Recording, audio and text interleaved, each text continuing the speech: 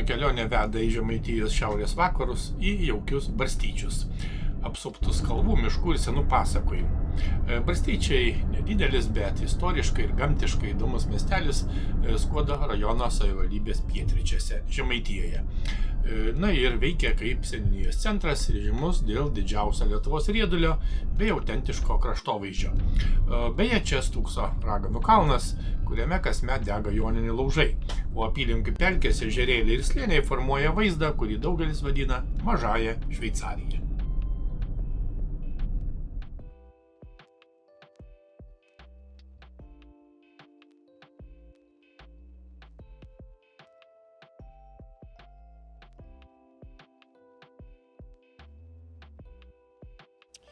Taip, šiandien užsukome į nedidelį taip pat Lietuvos, o tiksliau Žemaitijos miestelį, būtent Barstyčius. Barstyčiai yra Skuodo rajono savivaldybėje, maždaug 12 km nuo Sedos, taip pat netoli nuo Žemaičių kalvarijos. Galima įsivaizduoti šio miestelio lokaciją. Miestelis iš tikrųjų nedidelis, tačiau istorinis įdomus. Manoma, kad pirmą kartą istorinėse šaltinėse paminėtas 1558 metais minimas Barstyčių kaimas.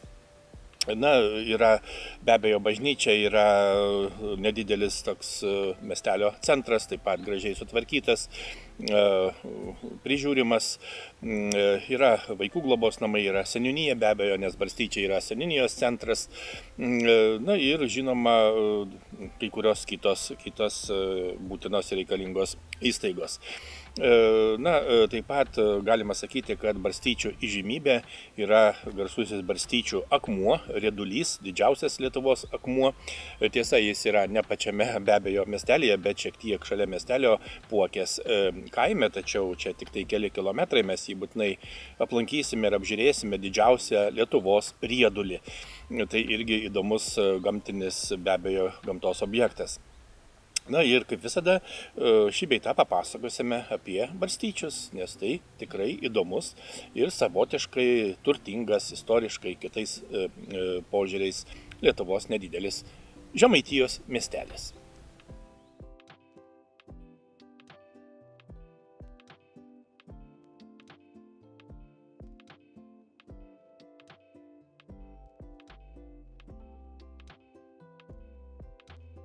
Kaip jau minėjome, Barstyčiai nedidelis miestelis šiaurės vakarų Lietuvoje, Žemaitijoje, Skuodo rajono savivaldybės pietrytinėje dalyje.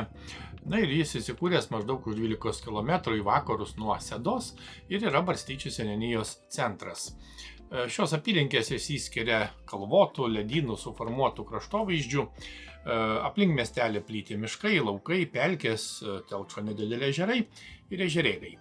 Netoliese stūkso legendomis apipintas Raganos kalnas, o vos už 3 km į šiaurę galima išvysti didžiausią Lietuvos riedulį Puokės, dar kitaip vadinamą Barstyčių akmenį. 2021 metų duomenimis Barstyčiuose gyveno kiek daugiau nei 400 gyventojų. Ir nors miestelis išties nedidelis, tačiau jis išlieka tikrai svarbiu apylinkių bendruomenės centru. Žinoma, čia yra Šventųjų Apaštalų Simono ir Judo Tado bažnyčia, veikia biblioteka ir kultūros namai, o vietos gyvenimas glaudžiai susijęs su Žemaitijos gamta, istorija, tradicijomis.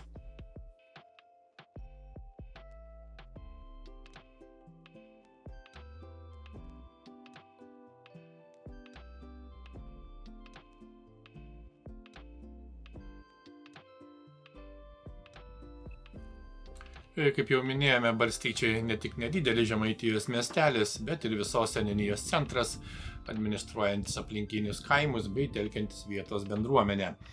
Seniūnijos centru Barstyčiai tapo 1995-aisiais, o miestelio širdis susiformavo aplink pagrindinę aikštę ir 1906 metais pastatyta medinė Šventųjų Apaštalų Simono ir Judo Tado bažnyčia. Kartu su Varpene ir Šventoriaus tvara jie įrašyta kultūros vertybių registrą. Netoliese stovi Lietuvos nepriklausomybei skirtas paminklas, sovietmečiu kaip taisyklė buvo nugriautas ir vėliau atstatytas. Miestelio centrą taip pat puošia žaismingos mitologinės skulptūros velnias, laumė ir ragana, primenančios gausias šio krašto sakmes bei legendas. Pats Barstyčių vardas kalbininkų nuomonė yra asmenvardinės kilmės, jis siejamas su senuoju asmenvardžiu Barstytis.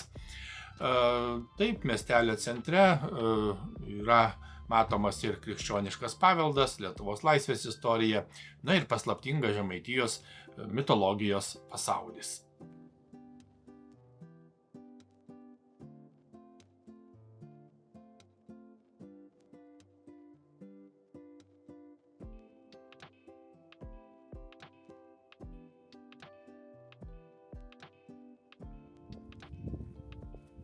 Pačiame Barstyčių miestelio centre įkurta jauki poilsio ir bendruomenės erdvė, pasakojant apie visą šio krašto seniūniją. Parke išdėlioti lauko akmenys, ant kurių pritvirtinti žemaitiškai užrašyti Barstyčių seniūnijos kaimų ir vietovių pavadinimai. Kiekvienas akmuo primena atskirą gyvenvietę, jos istoriją ir žmonės, o visi kartu sudaro savotišką akmeninį seniūnijos žemėlapį. Ši erdvė įrengta 2021 metais, kai Barstyčiai buvo paskelbti Lietuvos mažąją kultūros sostinę. Šalia akmenų pastatyti vardiniai suoliukai, skirti žymiems šio krašto žmonėms ir vietos bendruomeniai. Parką papildo ir nedidelis šiaudinis namelis instaliacija, primenantis tradicinę kaimo aplinką. Na ir žinoma, tai ne tik poilsio vieta, bet ir gyvas Barstyčių krašto tapatybės, žemaičių kalbos bei bendruomeniškumo ženklas.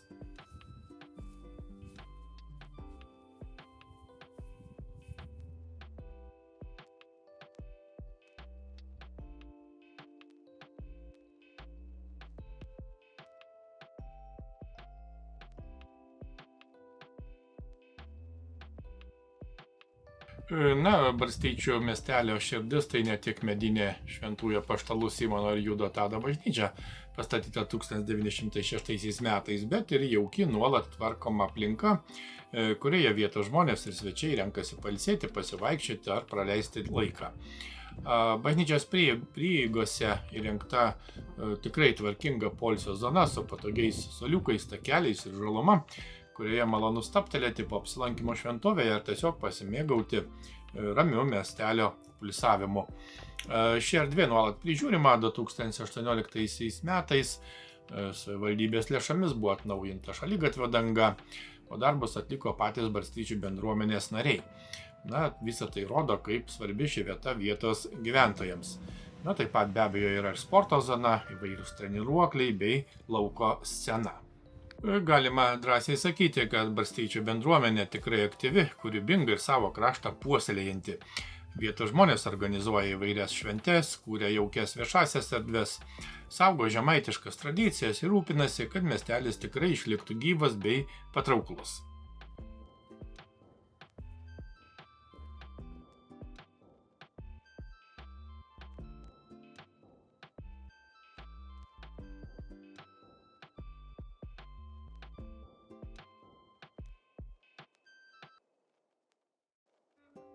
Kaip jau minėjome, Barstyčių miestelio centre stovi Šventųjų Apaštalų Simono ir Judo Tado bažnyčia, vienas ryškiausių vietos istorijos ir architektūros ženklų.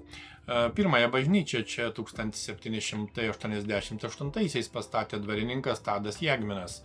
Vėliau ji buvo atnaujinta ir išplėsta, o dabartinė medinė šventovė iškilo 1906 metais. Po 2 metų Barstyčiuose buvo įkurta ir savarankiška parapija.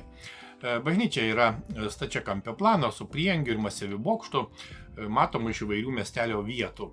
Jos architektūroje galima matyti tradicinę liaudišką statybą ir istorizmo elementus. Na, šventorių juosia skaldytų akmenų mūro tvara su vartais, o greta stovi medinė keturkampė varpinė, kurioje yra įrengti 4 varpai. Bažnyčia, varpinė ir šventoriaus tvara sudaro saugomą kultūros paveldo kompleksą, tačiau vietos žmonėms tai ne vien istorinis paminklas. Čia vyksta pamaldos, švenčiami atlaidai, susitinka skirtingos kartos, todėl bažnyčia iki šiol išlieka svarbiu Barstyčių gyvenimo centru.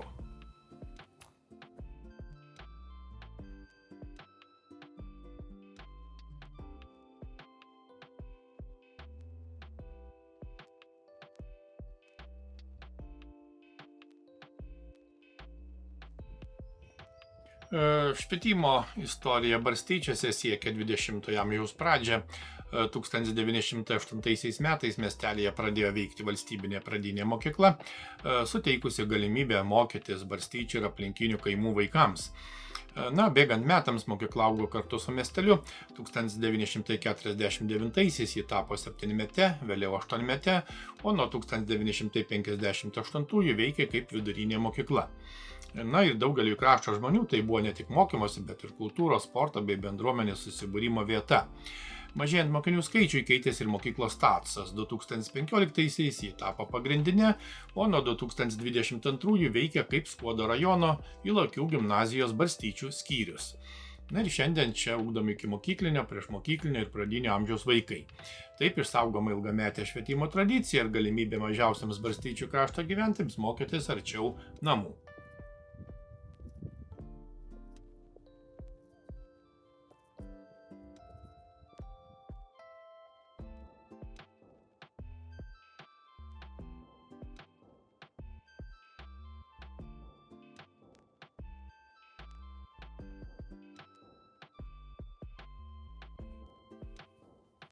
Galima taip pat pasakyti, kad Barstyčiuose ilgą laiką veikė vaikų globos namai.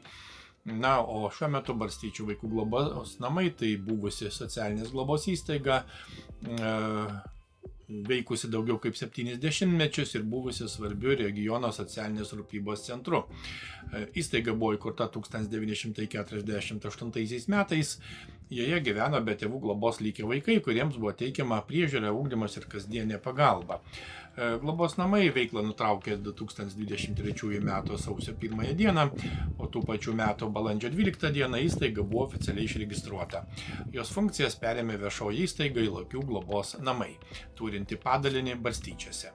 Tačiau šiandien čia socialinė globa teikiama jau ne vaikams, o senyvo amžiaus žmonėms ir suaugusiesiems su negalia.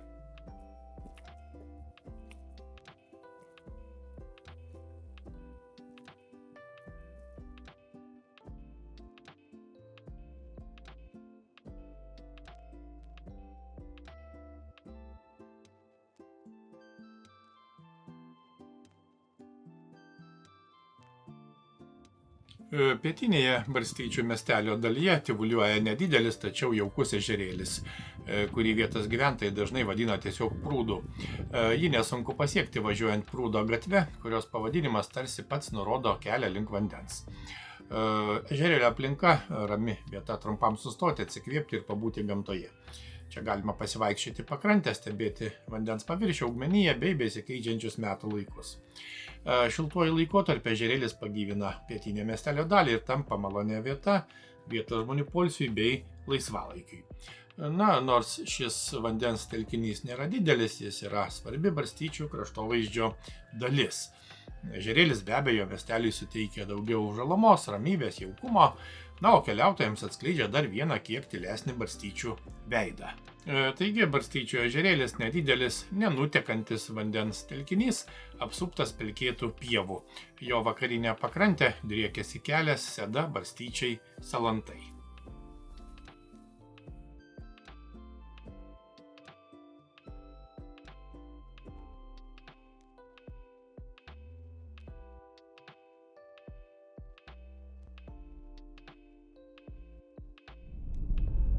Taigi trumpam paliekame Barstyčius ir važiuojame į Puokę. Ten tarp Žemaitijos laukų mūsų laukia ledyno atgabentas milžinas, didžiausias Lietuvos riedulys, tyliai saugantis tūkstantmečių paslaptis. Ir pažiūrėsime, kasgi jis toks yra.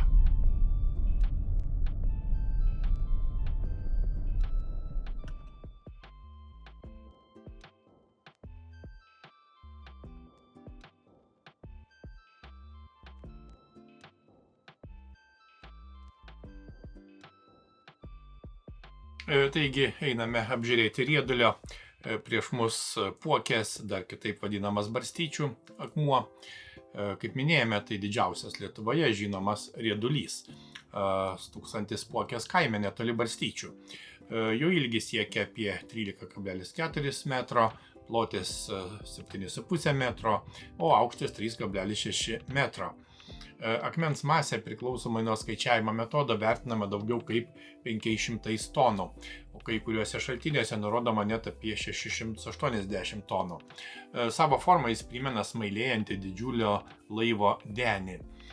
Šio gamtos milžino kelionė prasidėjo labai toli Fenoskandijos uolynuose, dabartinės Skandinavijos, Karelijos ir Kolos pusiasalio teritorijose. Slenkantis ledynas atplėšė uolienos gabalą ir 1000 km gabeno jį į pietus. Ledynui ištirpus maždaug prieš 13-14 tūkstančių metų, riedulys liko dabartinėje Žemaitijoje.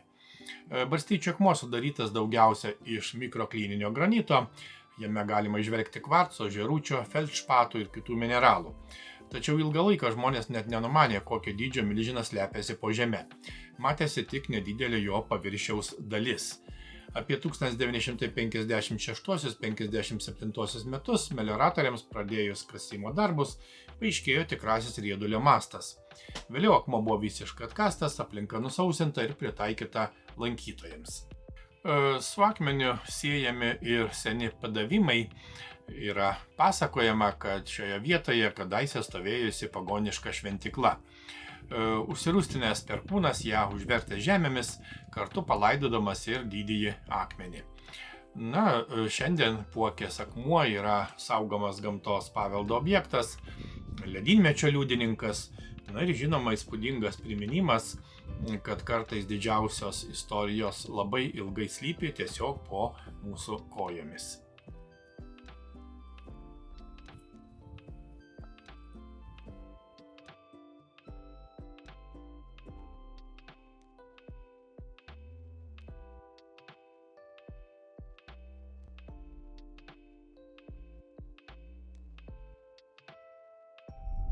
Barstyčių apylinkėse rastas akmeninis kirvis liudija, kad žmonės čia gyveno dar prieš istoriniais laikais.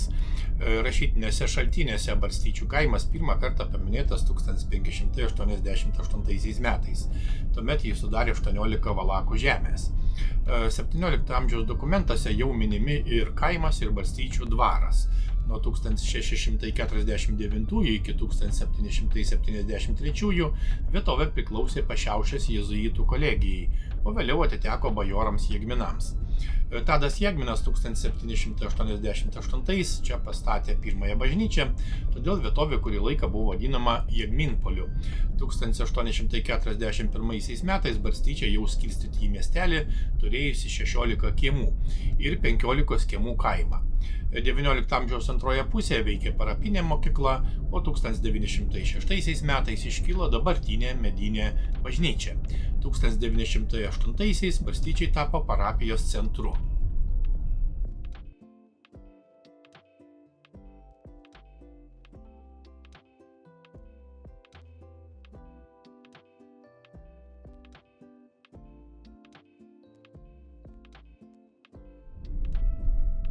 Tarpukariu Barstyčiai augo kaip vietos švietimo ir kultūros centras, miestelyje aktyviai veikė šaulių būrys, buvo rengiami vaidinimai, minėjimai ir bendruomenės šventės.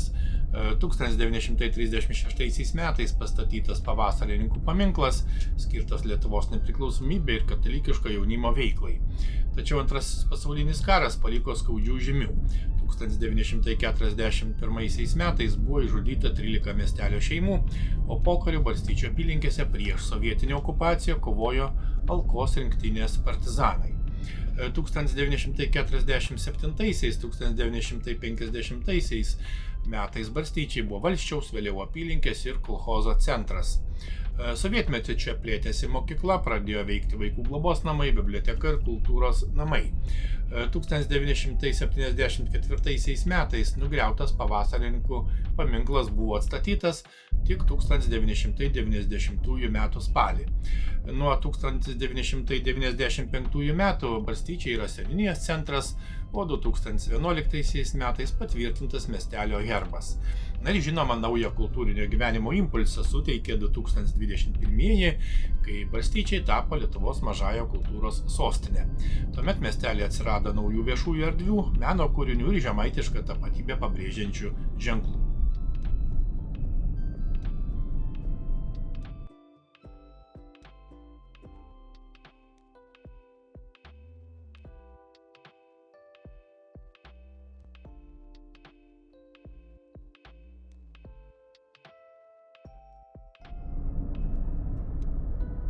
Taigi paliekame Barstyčius, tačiau jų istorijos ir Žemaitijos ramybė dar kurį laiką keliaus kartu.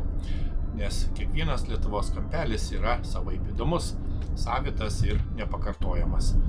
Tereikia bent trumpam sustoti ir jį atrasti. Iki kitų nuostabių pažintinių kelionių.